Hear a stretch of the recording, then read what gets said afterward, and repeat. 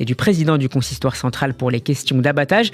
Et cet après-midi, vous avez choisi de nous éclairer sur la Birkat Kohanim, la bénédiction des prêtres évoquée dans la paracha de cette semaine, la paracha de Nasso. Commençons d'abord justement par évoquer les sources de cette bénédiction.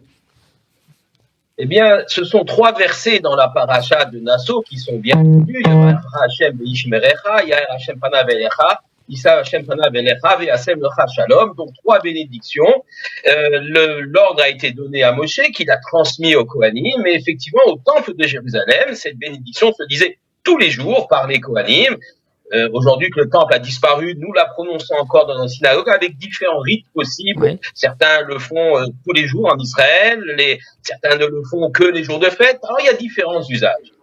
Quelles sont les modalités pratiques de cette Birkat Kohanim où il y a un petit bruit un peu bizarre je ne sais pas si vous l'entendez. Voilà. On va essayer de régler ça, mais...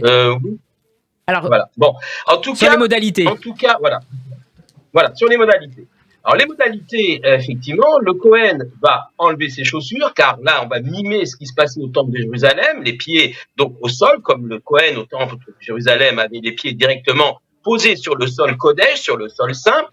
Le Kohen va se couvrir avec son talit, donc on ne va pas le voir, et il ne faut pas le voir, car ça pourrait perturber notre concentration.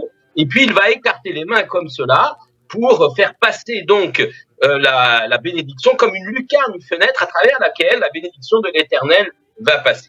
Alors, ce qui est intéressant, c'est la signification, c'est de comprendre un petit peu le sens des choses. Et justement, vous avez sélectionné celle proposée par le Rav Eliezer Melamed, l'auteur de la fameuse série Pniné Halacha. Tout à fait. Alors, que dit le Rav Melamed ?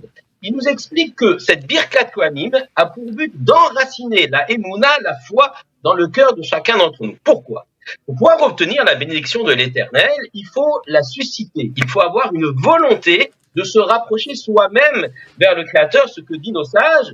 Le réveil d'en haut, le réveil d'en bas, suscite le réveil d'en haut. C'est parce que les enfants d'Israël croient à cette bénédiction. Ils veulent se rapprocher de l'Éternel, qu'ils vont créer alors chez l'Éternel l'envie de nous bénir. Il y a donc une sorte d'interaction.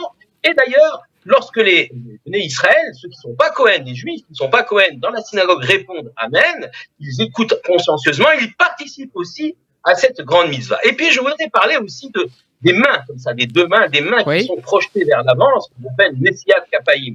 Eh bien, le rabbi Nachman de Bretzlav nous explique que les mains sont l'expression du cœur. On parle avec ses mains parce qu'on a véritablement envie de transmettre gestuellement ce qu'on a dans notre cœur, cet amour de l'Éternel. Et puis, le Rav Kook précise que les mains sont les premiers organes qui précèdent l'homme. Lorsqu'on marche en avant, eh bien, ce sont les mains qui sont en avant. Justement, les bénédictions sont là pour nous projeter dans l'avenir, pour nous permettre de construire quelque chose en avenir radieux, avec bien sûr le soutien de l'Éternel, le soutien d'Akadosh Baruch Hu. C'est là le sens de cette Nessiat Kapayim, de ces mains projetées vers l'avant, vers l'avenir.